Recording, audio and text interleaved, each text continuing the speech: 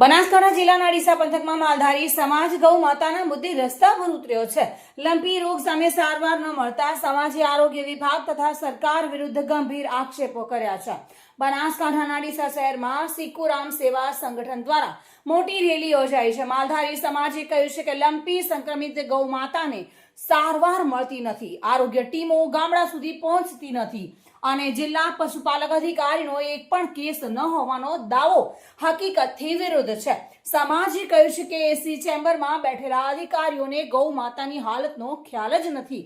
માલધારી સમાજના અગ્રણીઓએ ચીમકી ઉચ્ચારી છે કે જો ગૌ માતાને તાત્કાલિક મદદ ન મળે તો આખા ગુજરાતમાં ઉગ્ર આંદોલન કરવામાં આવશે। તેમણે જણાવ્યું છે કે રોજના 100 જેટલા કેસો નોંધાઈ રહ્યા છે, છતાં સરકારે આંખ મીંચી રાખી છે। સમાજે સરકાર પર હિન્દુઓના મુદ્દે મત માંગવાનો અને પછી અવગણવાનો આક્ષેપ પણ કર્યો છે। ડીસા તાલુકામાં અને ડીસા સિટીમાં લંપી વાયરસ દારે વકરી રહ્યો છે, એના લીધે અમારી ગાય માતાઓ મરી રહી છે। એના માટે અમારી પહેલી તો એ માગણી હતી કે સરકાર દ્વારા રસીકરણ કરવામાં આવે, અને એ કયું રસીકરણ? જ્યારે ગાયને લંપી રોગ ના થયો હોય, એ લંપી રોગ ના આવે એનું રસીકરણ, અને જે ગાયને લંપી રોગ થઈ ગયો છે એના માટે કોઈ ડૉક્ટર જોડે ટ્રીટમેન્ટ કરવામાં આવે, એની જે દવા લાગુ પડતી હોય એ કરવામાં આવે। અને ડીસા નગરપાલિકા અને ડીસા નાયબ કલેક્ટરશ્રીને એ વિનંતી કે એનો આઇસોલેશન વોર્ડ બનાવવામાં આવે। આઇસોલેશન વોર્ડ બનશે, રસીકરણ થશે અને એની દવા થશે તો અમારી ગાય મરતી બચી શકશે। એ જ વિનંતી સાથે અમે અહીંયા આવેદનપત્ર આપવા આવ્યા। અધિકારી કહી રહ્યા છે કે લંપીના તો બનાસકાંઠા જિલ્લામાં 0 કેસ છે, શું ખરેખર વાત સાચી છે? 0 કેસ હોય તો હું આવું જિલ્લા અધિકારી કે તમે એસીમાં બેઠા બેઠા 0 કેસ કરી રહ્યા છો, અમારી ગાય મરી રહી છે, એમાં 0 લાગે તમને? આવો ત્યાં ઓફિસમાં એસી મત કહો, આવો મારી હાથે, હું બતાવું કઈ રીતે મારી ગાય મરી રહી છે। એટલે આટલો વિડીયો આવ્યો છે અને પાછા રસી હાલે છે અને કે તમે ખોદા હાલો, એટલે અમે ગાય માતા, અમે ડોક્ટર છે, ખોદા હાલો ચિયો ખોદો છો હાલો, અમને ખબર પડે યાર। ટીમો ખરેખર ગામોમાં પહોંચે છે? ક્યાં પહોંચી? ઓનલી ફોર રસી આપે ને એમ કહો તમે તમારી રીતે આપો, એ તદ્દન ખોટું છે। જે પણ અધિકારી એમ કહેતો હોય ને જિલ્લાનો કે ક્યાં પણ લંપી વાયરસ નથી તો આવી જો, હું દીપક રબારી ડીસા, તમે તાર ગમે ત્યાં કોન્ટેક્ટ કરીને આવી જાઓ, હું બતાવું ક્યાં ક્યાં ગાય મરી છે। તમારી શું માંગ છે? મારી માંગ એક છે કે મારી ગાય આજનો તારીખ લખી લો, આજ તારીખથી ડીસા તાલુકા અને બનાસકાંઠામાં એક ગાય મરવી ના જોઈએ। જેને લંપી છે એને ટોટલ ને દવા કરાવો, અને જેને લંપી નહીં એને રસીકરણ કરાવો। જો આજ પછી કોઈ પણ ગાય મરી તો એ એસીમાં બેઠેલા આખડાઓને એનું પાપ લાગશે।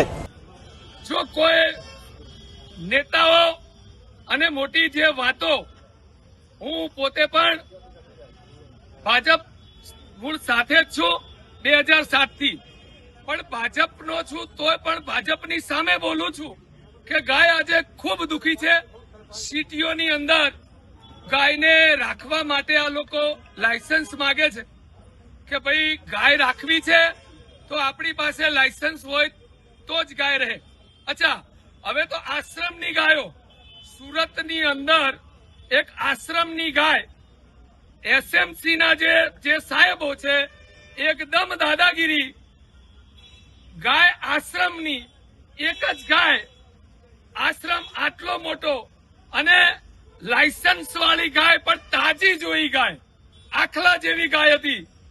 સુરત, અમદાવાદ, રાજકોટ ત્યાં અત્યાર સુધીમાં 40,000 આખલાઓ, નંદી, આપણે જે શંકર ભગવાનનું મૂળ વાહન સમજીએ છીએ, 4 વર્ષની અંદર આ લોકો 40,000 જે નંદીઓ હતા એ લોકોનો એમની પાસે કોઈ હિસાબ જ નથી।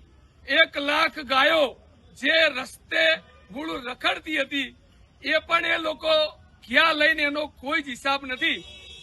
અને સરકાર શ્રીને 2 હાથ જોડીને વિનંતી કરું છું કે તમે ખાટકીનું કામ, ખાટકીઓનું જે કામ આવે એ હાલની જે આપણી જે સરકાર છે, આપણી એટલે હું પણ ભાજપનો જ છું, આપણી સરકાર ખાટકીનું કામ કરે છે।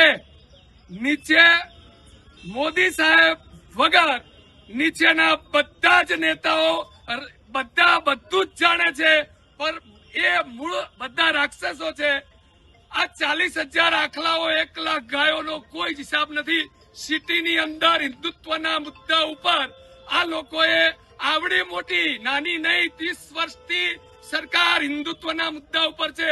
ગાય હિન્દુની માતા છે, શું અમારે સિટીમાં રાખવા માટે આ લોકો લાયસન્સ આપે તો જ, ન લાયસન્સ આપે તો એક્રોસિટી એક્ટ લગાવવા વાળા જે સાહેબો હોય છે એમને રાખવામાં આવે છે.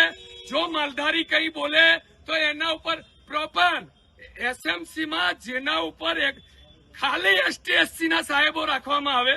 જો માલધારી એવું બોલે કે મારી પાસે લાયસન્સ નથી તો એના ઉપર સીધી ભાઈ એક્રોસિટી ને પાછા. કોઈ ડેરિંગ કરતું નથી. મેં મારા ભાઈ સુરતની અંદર હમણાં ખાલી રોકેલા કે ભાઈ આશ્રમની ગાયો તમે કેમ લઈ જાઓ છો, તો આ લોકો કે જાહેરમાં માફી માંગો. તમે આવું કેમ બોલ્યા? રાજાશાહી સાહેબ, લોકશાહી છે જ નહીં કે તમે આવું કેમ બોલ્યા તો આ લોકો મૂળ માફી મંગાવે છે. આ તો આપણે તો એમને સ્પષ્ટ કીધું કે ભાઈ ગાયો માટે 10 મહિના અંદર રહીને આવ્યા છીએ અને બીજા હજુ 8-10 મહિના રહીએ, પણ અમે ભાઈ માફીના કોઈ દિવસ નથી માંગવાના. નહીં તો સામાન્ય જે માલધારીઓ છે એમને તો આ લોકો સીધી માફી મંગાવે છે. આજે કયા મુદ્દાને લઈને તમે પ્રાંત લંપી વાયરસ ને લીધે રોજ બરોજ 100 ગાયોના મોત થાય છે. પણ આ આંધળી જે સરકાર છે એને ગાય વિશે કોઈ પડી જ નથી. ખાલી હિન્દુ હિન્દુ હિન્દુ હિન્દુ છે.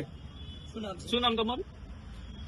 હું છેલ્લા 4 વર્ષથી ગાય બચાવો અને ગૌચર બચાવો એવું એક આખા રાજ્ય લેવલે ભાઈ અભિયાન ચલાવું છું.